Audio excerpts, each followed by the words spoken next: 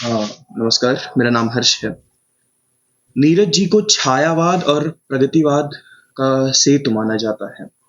जिस प्रकार सुभद्रा कुमारी चौहान की झांसी की रानी वीर रस का पर्याय है, उसी प्रकार नीरज की कविताएं श्रृंगार और करुणा का।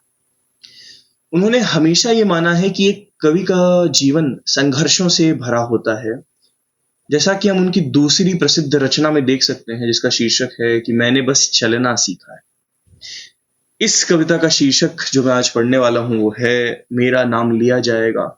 आप ये सुन के बस ये सोचिएगा कि किस मजबूरी में उस व्यक्ति ने ये कविता लिखी होगी, किस दर्द में लिखी होगी, किस जलन में लिखी होगी। तो प्रस्तुत करता हूँ मेरा नाम लिया जाएगा, गोपाल दास नीरज की।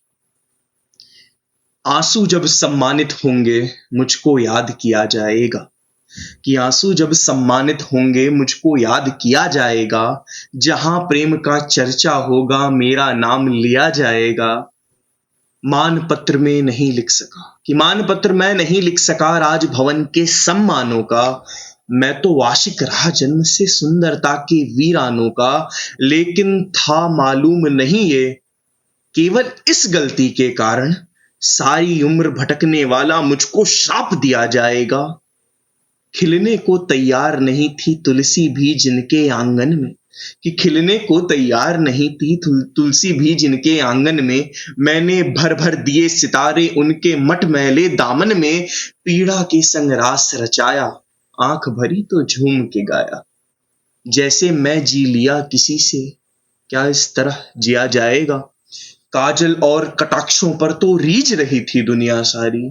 मैंने किंतु बरसने वाली आंखों की आरती उतारी। रंग उड़ गए सब सतरंगी, तार तार हर सांस हो गई।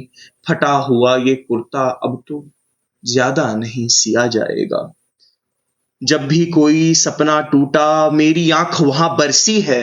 तड़पा हूं मैं जब भी कोई मछली पानी को तरसी है। गीत दर्द का पहला बेटा, दुख है उसका खेल खिलौना।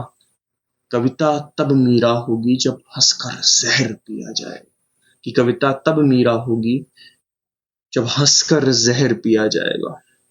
और ये अंतिम पंक्तियां दर्शाती हैं कि सृजन का मूल पीड़ा है। मीरा, माँ मीरा की तरह विष पीकर अमृत देने वाला ही सच्चा कवि है। धन्यवाद। बहुत प्यारी कविता, एक बार फिर पढ़िएगा, आप समझने का प्रयास करिएगा कि आप क्या सोचते हैं इस कविता के बारे में। धन्यवाद।